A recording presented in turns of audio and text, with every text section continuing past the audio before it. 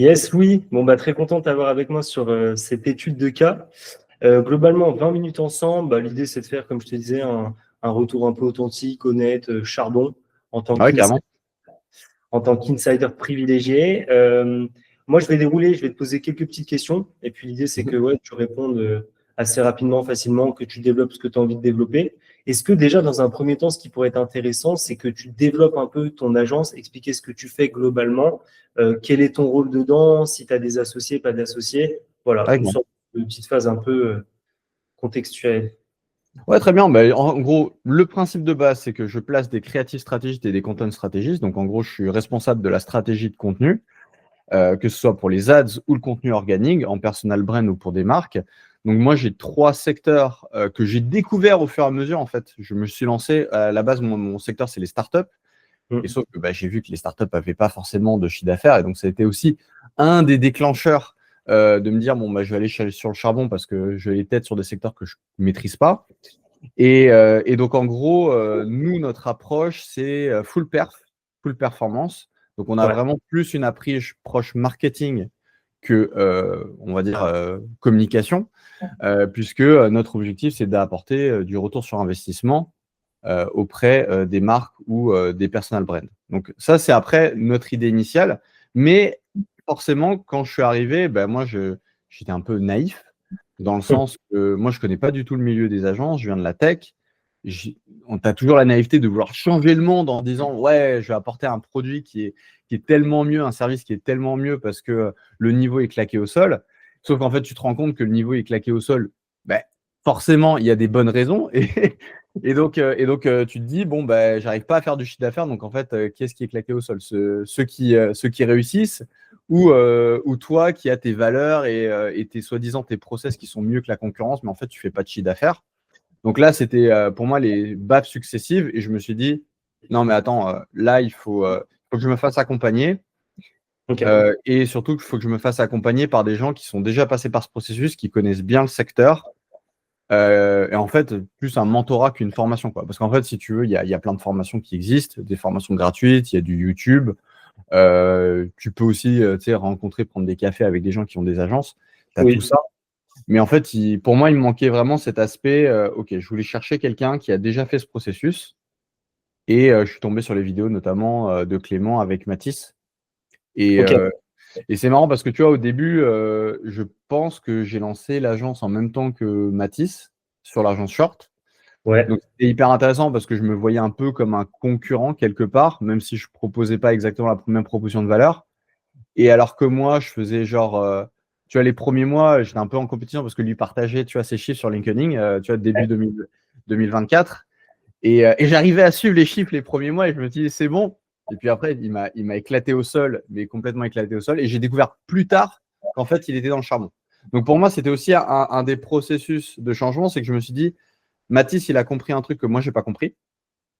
Et en particulier, en fait, il a été bien accompagné. Et donc, pour moi, c'était le processus déclencheur qui me suis dit non, en fait, tu ne peux pas continuer à faire ça tout seul. Et il y a de la valeur ajoutée à prendre quelqu'un et à le payer cher, justement, pour qu'il t'accompagne. Voilà.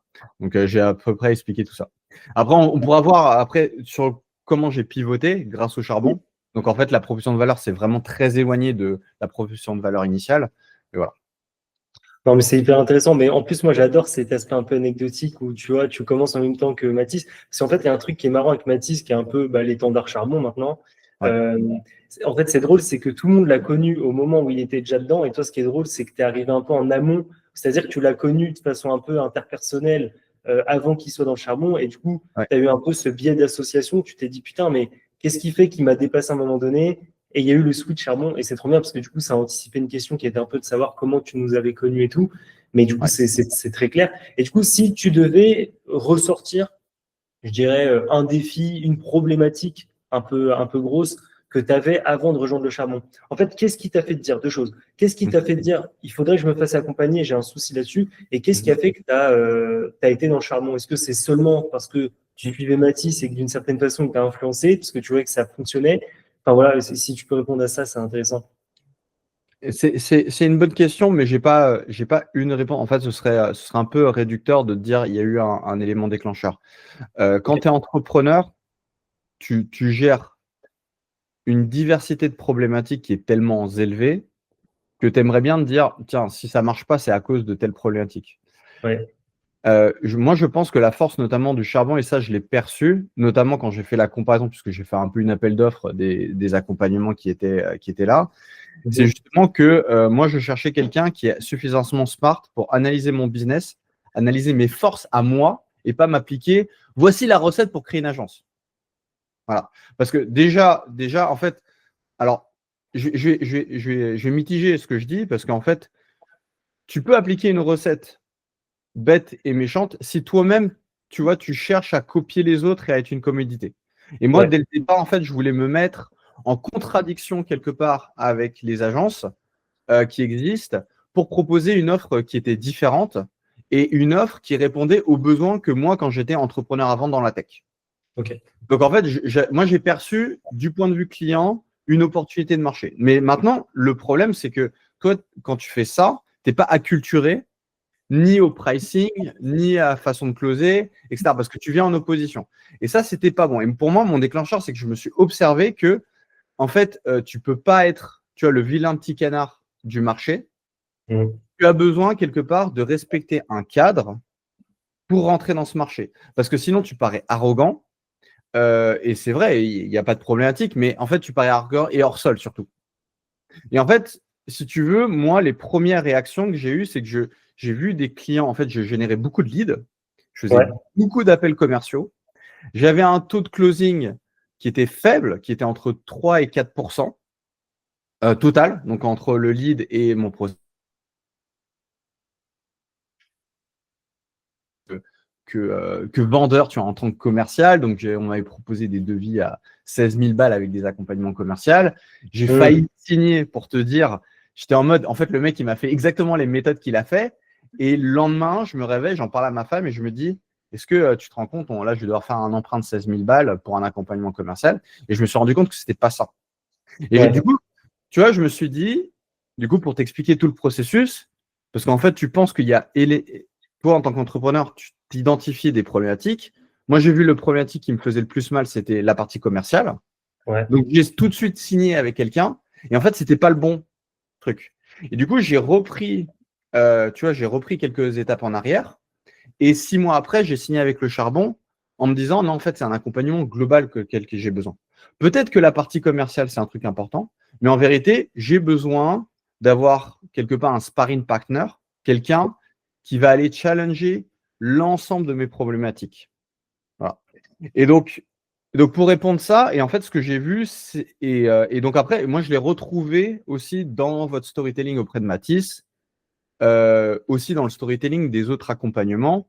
Et puis même vous-même, j'ai l'impression que vous avez quand même pas mal changé de choses parce que vous avez commencé comme une formation digitale, plutôt bas ticket, et vous avez itéré pour vous rendre compte qu'il y avait dans ce marché-là un besoin sur le mentorat. Voilà. Exact. Voilà. C'est exactement ça. Ouais, non, mais c'est exactement ça. Bah, tu dis bien, et c'est bien parce qu'en fait, on a aussi ta chronologie à toi qui a vécu la chronologie charbon, et donc c'était intéressant. Nous, en fait, on voulait aussi une réalité terrain. C'est ce qui a fait que le charbon a beaucoup évolué.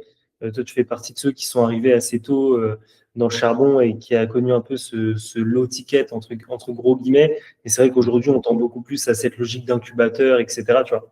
Mais c'est hyper intéressant. C'est hyper intéressant parce que, comme tu le dis, en fait, nous, on est que le prolongement business et même du fondateur en tant que tel.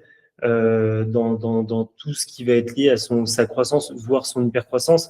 C'est-à-dire qu'en fait, on ne peut pas se suffire à se dire, OK, on va travailler un fonds de commerce, on va travailler une clientèle, un ICP, c'est beaucoup plus que ça. D'ailleurs, ça m'amène à une question assez intéressante. J'aimerais bien avoir ton avis là-dessus, vu que tu as souvent des avis tranchés et tout.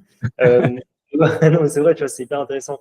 En fait, de toute façon, tu la connais, c'est un peu aussi ce qui a attiré beaucoup, beaucoup de monde, notre promesse qui est en train d'évoluer, hein, qui était de dire on double ton CA en maintenant 60% de marge.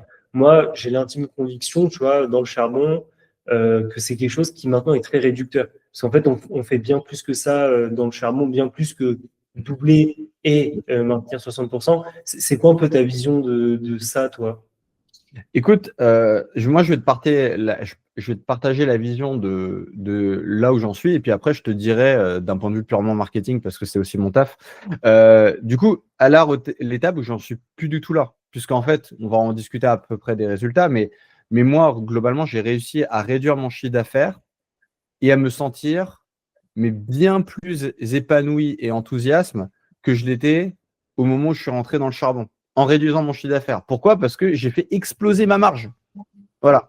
Donc aujourd'hui, avant, j'étais en fait dans une course de rats, tu vois, en essayant d'augmenter le chiffre d'affaires, en me disant, ben, c'est pas grave, je fais 10% de marge, mais si je fais 100 000 euros de chiffre d'affaires, je vais pouvoir me payer mes 10 000 euros. Alors qu'en fait, les 10 000 euros, ils étaient là.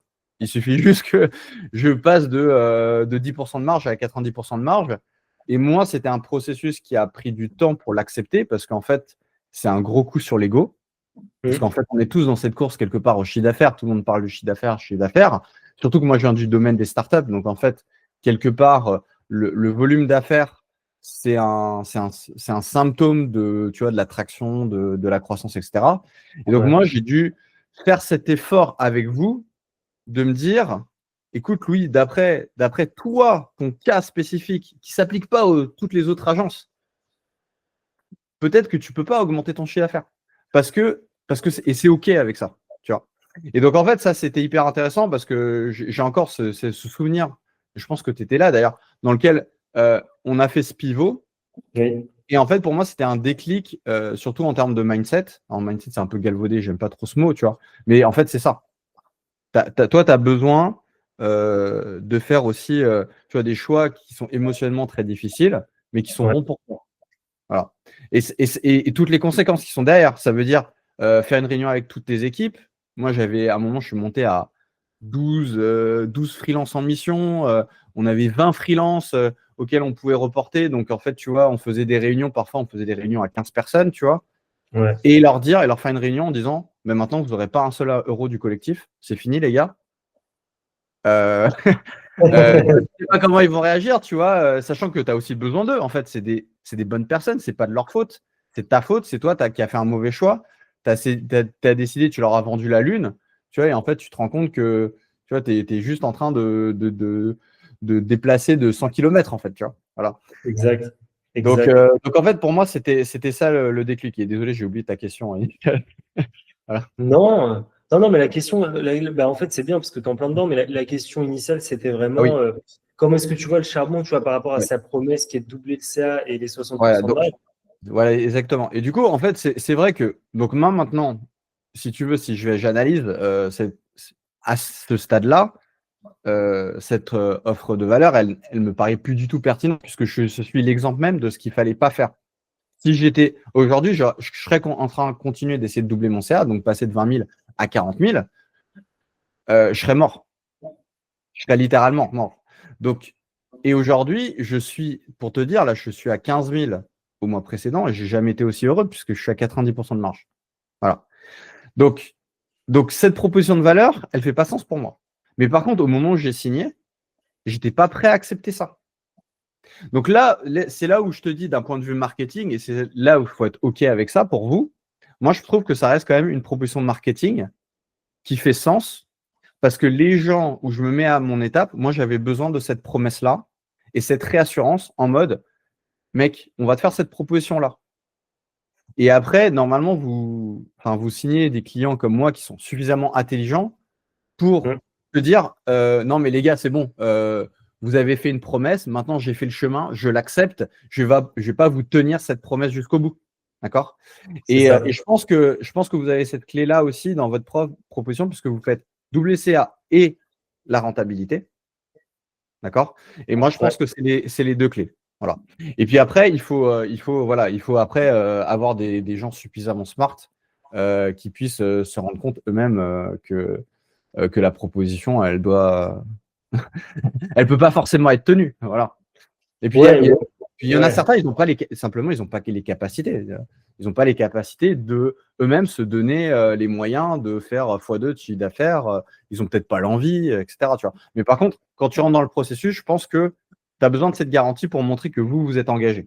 Voilà. Et moi, c'est ça que j'avais besoin. En mode, on va pas te laisser, on va t'accompagner jusqu'au bout, jusqu'à que tu atteignes ces objectifs. On pose des objectifs parce qu'on se donne un cadre. Maintenant, on est tous intelligents. Si toi, tu as d'autres objectifs et on se rend compte que c'est d'autres objectifs, on va quand même t'accompagner. Et, Exact.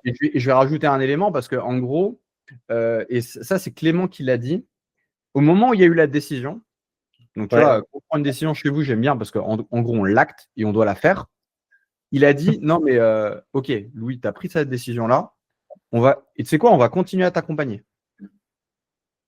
Voilà. Je me rappelle, ouais. Ouais, je me rappelle Et, très bien de quelques mois et il là. m'a Ouais. dit, tu vois, si tu avais pris une décision dans laquelle on n'était pas compétent, moi, je t'aurais dit, tu vois, on va devoir te. Parce que là, on n'est pas compétent, tu aurais décidé de faire une start-up, etc. Nous, ce n'est pas notre secteur, tu vois. Mais par contre, là, tu décides d'être dans un choix dans lequel nous, on peut t'apporter de la valeur. Et du coup, on va continuer à t'accompagner dans cette valeur-là. Et ça, vous ne savez même pas à quel point ça a de la valeur en tant qu'entrepreneur. Voilà. Et donc, je pense que, en fait, quelque part, vous avez gagné un client à vie, en fait. C'est ça. C'est-à-dire que là, j'ai pris votre premier produit, mais clairement, en fait, sur ce type de processus-là, quand tu sais que vous travaillez pour nous euh, et vous allez faire tous les efforts, et surtout, vous n'allez pas nous conseiller dans des trucs dans lesquels vous n'êtes pas compétent, et bien, en fait, on sent que vous avez notre intérêt à cœur. Totalement. Bah, de toute façon, franchement, je suis très content que tu dises ça parce que de toute façon, on avait déjà eu ces quelques discussions un peu profondes et tout, mais c'est avant tout une aventure humaine. Nous, en fait, moi, il y a un truc que je dis souvent, et même dans les pitches maintenant, et je te jure que c'est vrai, c'est en fait vos problèmes sont nos problèmes. Mm. Et je le ressens, bah, en tant que CSM, forcément, tu te doutes bien que Mm. moi, ça m'est d'autant plus à cœur.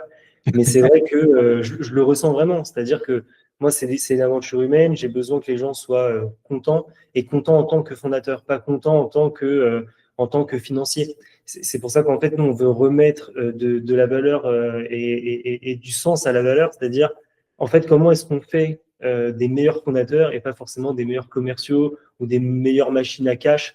Et Ouais. c'est pour ça que toi, tu es l'exemple même. D'ailleurs, bah, tu le disais, tu as dit un truc un peu drôle, c'est je suis votre client à vie. Mais en fait, nous, on te voit vraiment comme un ambassadeur pour de vrai. Tu sais, bah, même après le mastermind, on s'en était parlé. Je pense qu'il y a vraiment ce truc de valeur que toi, tu nous renvoies, que nous, on te rend, que tu nous rends une seconde fois.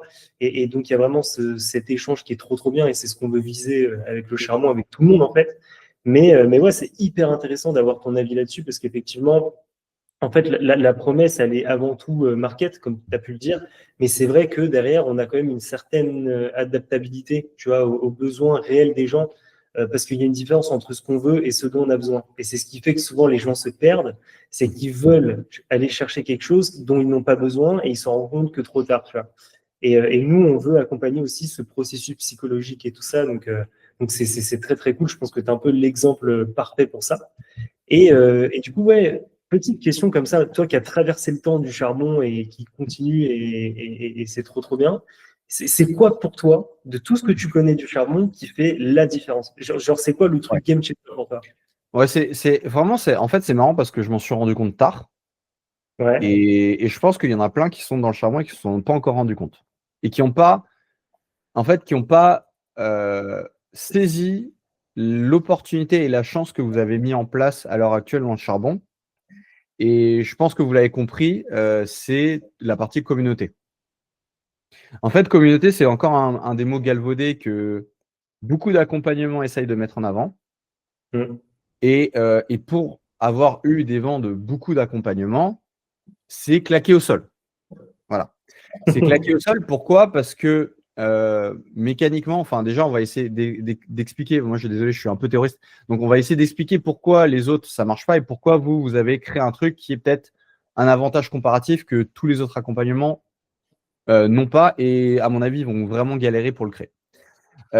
Donc, la communauté, en fait, forcément, quand vous faites un accompagnement, vous allez mettre des gens qui sont quelque part dans une forme de compétition puisqu'ils sont soit dans une compétition indirecte, genre vas-y, on va augmenter le chiffre d'affaires et tu vas voir les autres et eux, ils vont réussir. Et vous avez toujours vos cas clients qui sont incroyables, qui sont peut-être impressionnants. Et quand on rentre dans le charbon, après, on se dit, ah putain, j'ai pas les mêmes résultats que ce cas client. Voilà. Ouais. Donc, ça crée une forme de frustration et d'angoisse et parfois même d'hostilité, puisqu'en gros, on s'attend à avoir des résultats qui sont en fait peut-être pas tenables. Donc déjà, tu vois, il y a cette problématique qui fait que la coopération entre les gens qui rentrent dans la formation ou dans l'accompagnement, ça ne marche pas. L'autre chose, c'est que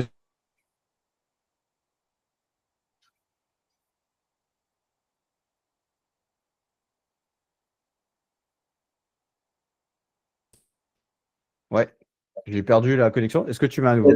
T'as fini à l'autre chose. Ouais, Donc là, donc c'est tu nous as parfait. mis en suspense. Et du coup, l'autre chose, c'est que coopérer, ça prend du temps et ça prend de l'énergie. Ouais. Et c'est le problème un peu de beaucoup de schools, c'est que tu vois, ils disent, ouais, on va créer une communauté, etc. Mais en fait, les gens, ils n'ont pas envie de coopérer entre eux. Moi, je suis chef d'entreprise. Genre, je suis pas là pour coacher les autres personnes. Je suis là pour faire démarrer mon entreprise.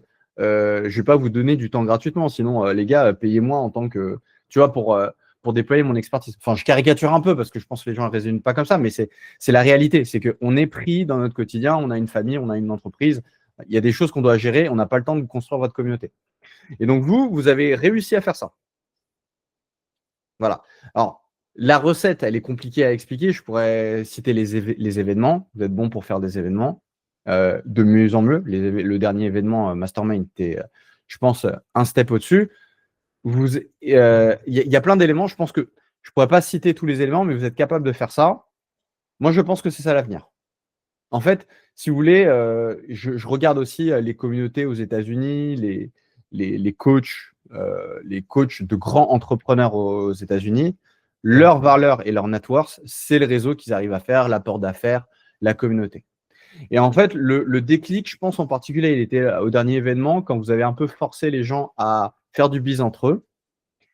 Et je pense que ça va être ça l'effet de levier. Et je pense que ce n'est pas encore exploité par les gens qui sont rentrés dans l'agence. Et si je dois donner un avenir radieux pour vous, c'est le jour où vous allez scaler les plus grosses personnes qui ont les plus grosses capacités, qui vont avoir des agences qui font des dizaines de millions, qui, eux, vont devoir reposer sur les avantages des petites agences qui vont rentrer chez vous, qui vont être formées, qui vont être structurées. Donc, en fait, vous allez créer un écosystème plug and play. Et donc là, vous allez pouvoir créer pas des agences qui sont bloquées à 10 millions, 20 millions, parce qu'en fait, tu as besoin de l'agilité des petites agences, mais vous allez pouvoir créer genre le futur Publicis. Voilà. Ou être en commerce avec les plus grosses agences parce que vous avez en fait une structure plug and play sur l'appel d'offres, sur tu vois, la coopération des agences qui ne se voient pas comme des compétitions. Et à ce moment-là, on se dit, ok, il y a peut-être des agences qui sont en compétition dans le charbon, mais une fois que vous rentrez dans le charbon, on travaille tous ensemble parce que si on augmente la part du gâteau, tout le monde va gagner. Et maintenant, on n'est pas en compétition entre nous, on est en compétition entre les autres agences. Et moi, c'est ça l'avenir que je vous dis. Et là, c'est radieux, puisqu'en fait, on parle d'un marché qui est en dizaines de milliards d'euros, le marché de la publicité en France. Ou même en francophonie, on peut parler en francophonie de manière générale, on peut parler de l'Afrique, etc. Donc, moi, je pense que vous allez y arriver, parce que vous avez tous les éléments. Et je pense que c'est un élément qui est négligé dans les autres accompagnements, qui est très difficile à mettre en place. Et moi, je vois le début. Alors, ça ne veut pas dire que vous allez y arriver, mais en tout cas, à ce stade-là, on est bientôt fin 2025. Je vois tous les éléments qui permettent d'y arriver. Voilà. Bah écoute, c'est génial. C'est génial parce que je pense que tu es totalement dans le vrai, comme souvent, en fait. Ça, c'est un peu ta grosse qualité. Et c'est surtout que c'est totalement l'objectif, clairement, parce que c'est, comme je te disais, c'est mettre l'humain au centre de tout. Je pense qu'un humain, quand il est bien orienté, en fait, il ressort le meilleur de lui-même sur tous les plans, hein, que ce soit le plan affectif, émotionnel, cognitif. Et c'est ce qui fait qu'en fait, cet esprit de compétition n'existe pas dans le charbon. En fait, nous, tu vois, on a beaucoup de personnes qui, avant de nous rejoindre, ont cette crainte de se dire, mais attendez, les gars, vous avez 60 agences hebdomadaires, quotidiennes. Enfin, et voilà, et sur notre secteur, il y en a déjà 4 qui sont au charbon. À quel moment c'est une bonne idée de vous rejoindre et de créer de la compétition? Alors déjà, il y a toujours un souci et une différence de positionnement. Il n'y a pas les mêmes offres, il n'y a pas le même marché. Il y en a qui sont sur du marché de pénétration, d'autres sur du high ticket. Donc la vérité, c'est qu'en fait, comme tu le dis très bien, en fait, avant d'épuiser le potentiel financier de telle ou telle branche sectorielle, en fait, il va falloir se lever tôt, parce que c'est pas demain veille que ça va se faire. Et il y a un truc que tu as dit que je trouve juste excellent, c'est le principe même de communauté un peu galvaudée. C'est vrai que c'est un mot qui veut tout et rien dire, qui est très abstrait et qui est genre juste trop mal utilisé. Et nous, en fait, je pense qu'on tend vers quelque chose qui fonctionne vraiment bien. Je pense qu'on a un écosystème porteur parce qu'en fait, ceux qui étaient là depuis le début, qui ont évolué avec nous, qui nous ont fait confiance, sont devenus finalement des sortes d'ambassadeurs, qui deviennent des ambassadeurs pour les nouveaux entrants. Et les nouveaux entrants sont rassurés par ces espèces de piliers charbon. Et en fait, ça vient tout simplement créer une espèce de valeur, viscérale, tu vois. Et nous, on est trop contents de ça parce qu'en fait, on vient créer aussi des piliers, des ambassadeurs qui viennent un peu prêcher aussi les valeurs parce que, tu vois, ça, c'est un truc qui est aussi très sous-coté à mon sens dans le truc un peu de love brand que tu connais parfaitement. En fait, tu vois, on a besoin que l'incubateur soit apprécié, aimé et partagé. Et en fait, les meilleures personnes pour venir pousser, entre guillemets, ces valeurs et ce cri charbon, bah, c'est les agences elles-mêmes. Et en fait, à partir du moment où elles viennent opter ce rôle, et bah, nous, on est aussi dans une espèce de... Ouais, on est dans une cohésion totale où on comprend pourquoi les gens rentrent, pourquoi les gens ressortent. Et c'est vraiment trop bien. Et nous, c'est exactement ce sur quoi on veut accélérer en faisant des masterminds toujours plus ambitieux les uns que les autres, en essayant d'événementialiser un maximum. Là, je te cache pas que l'année prochaine, à mon avis, il y a des belles choses qui vont arriver sur le plan communautaire. Et puis de toute façon, nous, c'est aussi, on a une très très très grosse part de, bah, tu l'as vu, hein, mais de R&D. En fait, moi, j'ai tendance à énormément balayer les agences pour savoir ce qu'elles pensent. C'est pour ça qu'on a eu aussi ce changement drastique, même dans les coachings, où on les a triplés ces dernières semaines, tu vois.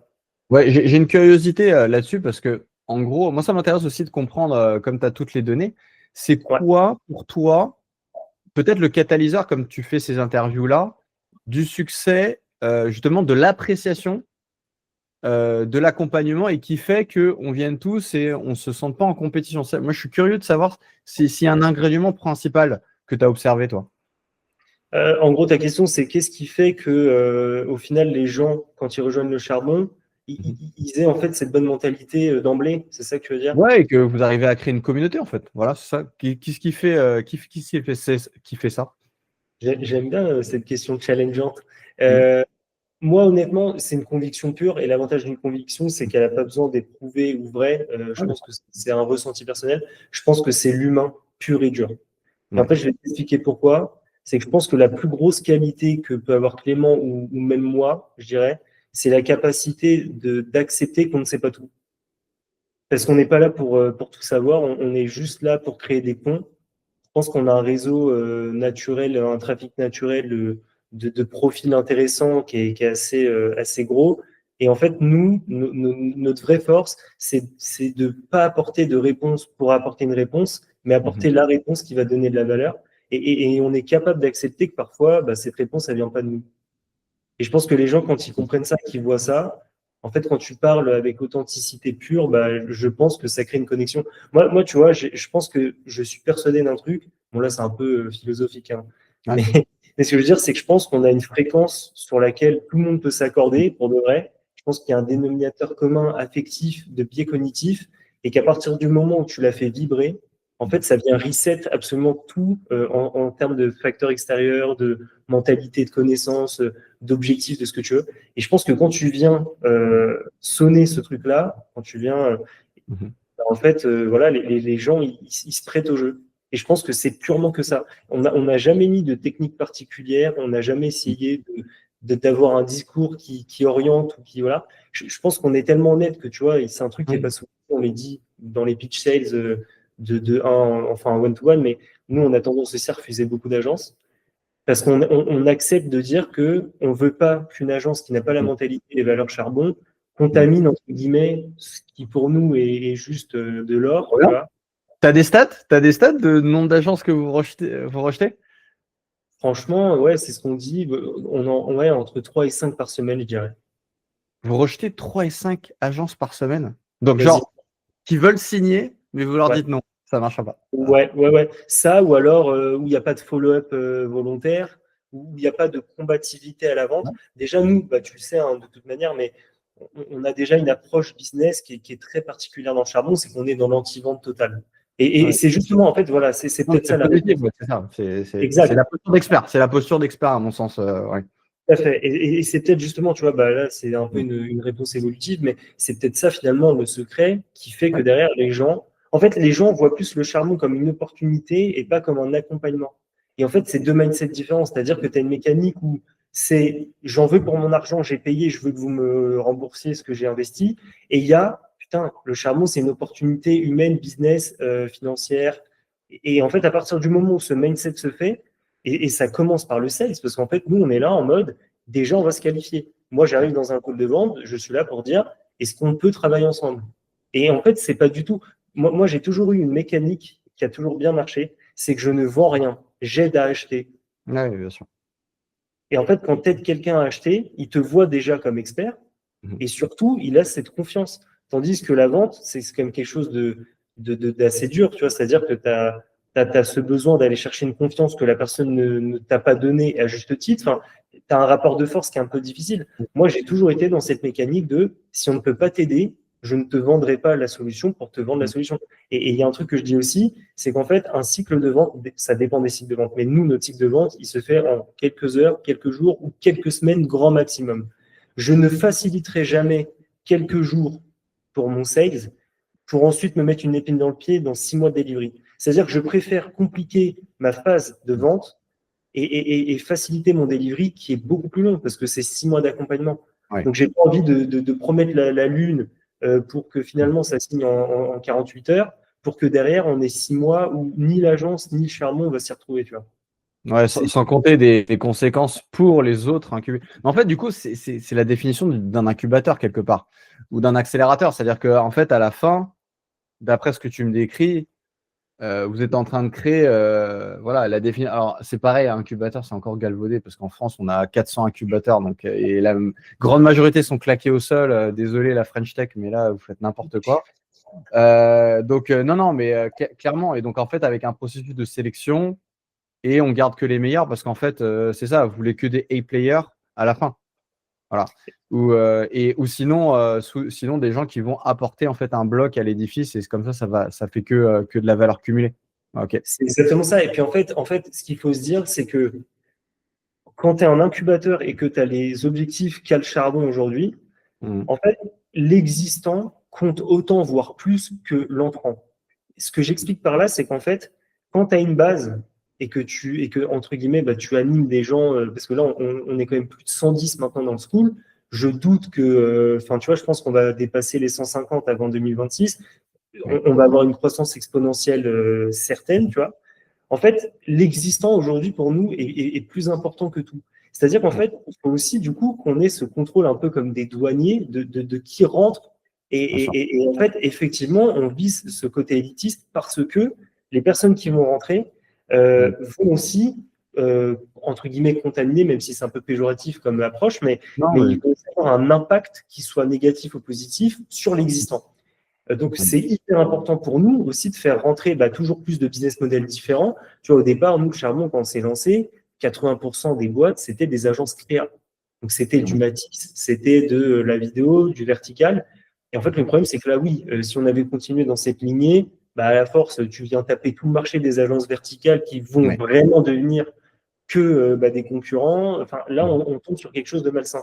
Et en fait, très rapidement, on a voulu aller chercher du web, du référencement, on a été chercher des ads, du lead gen. Et en fait, aujourd'hui, on a un écosystème qui est tellement homogène, avec tellement de différents modèles, de différents positionnements, de high ticket, de VSL, de motion. Et ben en fait, tout le monde peut créer du business parce qu'en fait, on a juste isolé plein de métiers, d'expertises différentes au sein d'un même endroit où le dénominateur commun, c'est le respect, le charbon et le travail. Tu vois. Donc en fait, voilà, je pense que c'est un peu les méthodes d'une bonne communauté saine.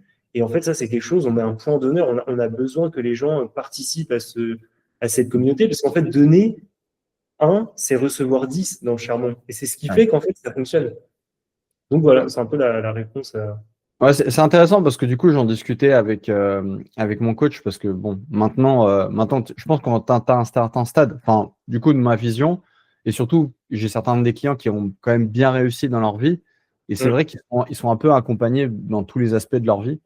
Et donc maintenant, j'essaie d'avoir ce mindset. Alors, faut avoir l'argent pour le faire, mais du coup, je me fais accompagner par un coach sportif. Okay.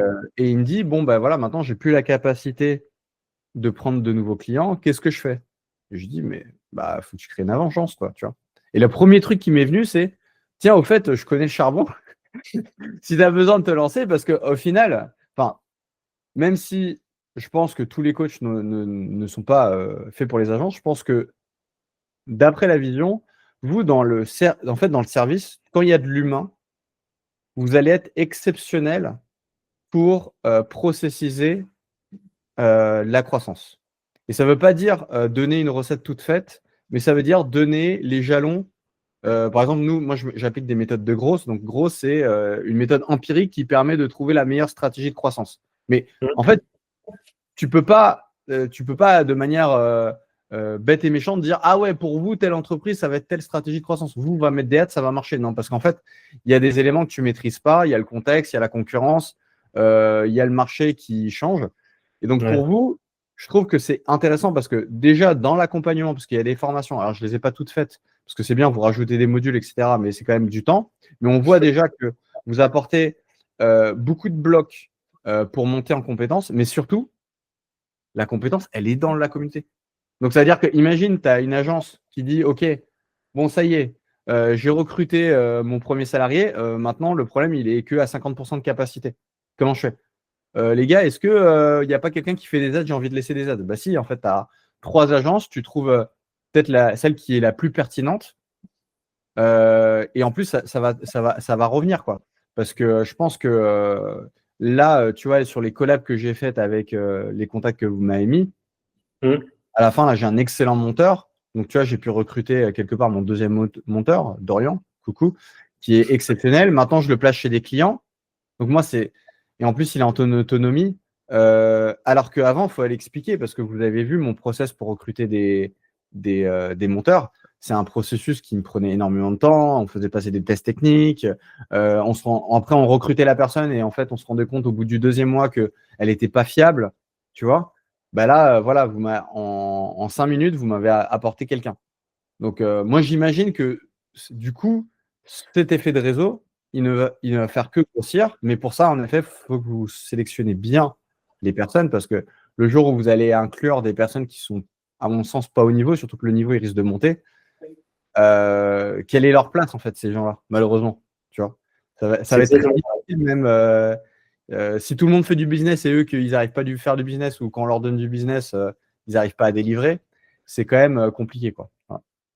C'est exactement ça. Et puis, au-delà de la capacité intrinsèque, parce que nous, après, on est aussi quand même dans cette forme d'accompagnement où on apprend à bien délivrer, à bien comment dire, processer, etc. Maintenant, c'est, je pense, au départ, vraiment un mindset. En fait, il ne faut pas venir dans le charbon si la logique, c'est de trouver la méthode magique. Parce que la méthode magique, pour moi, si on te l'avance, c'est qu'il y a un problème, parce qu'il n'y a pas de méthode magique. Il y a des bons insights, il y a des bons retours d'expérience, certes. Maintenant, ça, c'est un peu le b.a.-ba, c'est le minimum syndical d'avoir des bonnes méthodes. Maintenant, est-ce que ça fait vraiment une offre à part entière? Je ne sais pas. C'est pas tellement l'esprit charbon. Je pense que c'est vraiment tout ce qu'on s'est dit auparavant. Et du coup, juste petite dernière question, comme ça, je te prends pas trop de temps et tu peux aller faire tes calls de vente de la meilleure des manières. On appelle bientôt, ouais. Dernière petite question. Si tu devais, là, admettons qu'on galère à, je sais pas moi, à closer ou à convaincre qui que ce soit de rejoindre le charbon, qu'est-ce que toi, tu dirais, Louis, avec tes mots, pour faire venir cette personne? Comment est-ce que tu parles du charbon sans forcément promesse particulière, mais voilà, comment t'en parles? Bah alors, tu vois, c'est vrai que. Alors, moi, je suis pas dans. Tu vois, je suis un peu dans l'anti-vente. Donc, en plus, surtout que maintenant, je suis consultant. Donc, j'ai rien à vous dire. En fait, c'est plutôt des questions que j'aurais à vous poser, quoi. Si vous écoutez ça. Et les questions qu'il faut se poser, c'est déjà pourquoi vous voulez rentrer au charbon? La question, à mon avis, enfin, elle est un peu, là encore, galvaudée, mais elle fait énormément sens. Si vous rentrez, en effet, pour la promesse d'augmenter le chiffre d'affaires, etc., et que vous n'êtes pas prêt à faire le travail, et du coup à charbonner, à remettre en cause aussi certaines décisions, déjà, ce n'est pas fait pour vous. L'autre chose, c'est que bien que je pense que dans le charbon, il y a beaucoup de choses à faire, enfin, on peut mettre en place, il y a plein de systèmes que vous pouvez mettre plug and play. Je pense que l'objectif, ce n'est pas de mettre tout en place tous les systèmes, c'est de bien sélectionner. Mais par contre, quand vous décidez avec le charbon d'en mettre en place, il faut faire le taf. Et alors, ça paraît un peu ridicule, mais en fait, si vous ne faites pas le taf, ça avancera pas. Vous aurez une frustration auprès du coaching et du mentoring des personnes, puisque en fait, vous serez dans la consommation du contenu, la consommation des coachings, la consommation des événements. Vous verrez tous les autres agences faire des progrès parce qu'en fait, eux, ils ont décidé de faire les choses. Et parfois, il faut faire les choses bêtes et méchantes. Donc, moi, je vais donner un exemple comme ça. C'est que moi, ça m'a fait perdre beaucoup d'argent et je préfère aussi le dire. C'est qu'il faut être prêt aussi à mettre en place des choses qui ne vont pas marcher. Je générais beaucoup de leads entrants au départ. Et du coup, on a analysé, OK, Louis, il faut que tu augmentes ta capacité à générer ces leads parce qu'on était encore dans l'approche où il faut augmenter le chiffre d'affaires. Ouais. Qu'est-ce que j'ai fait? J'ai investi plus de 5000 balles en plus sur le setting, la prospection, etc., le nurturing de lead, etc. Tu vois, ça n'a rien apporté.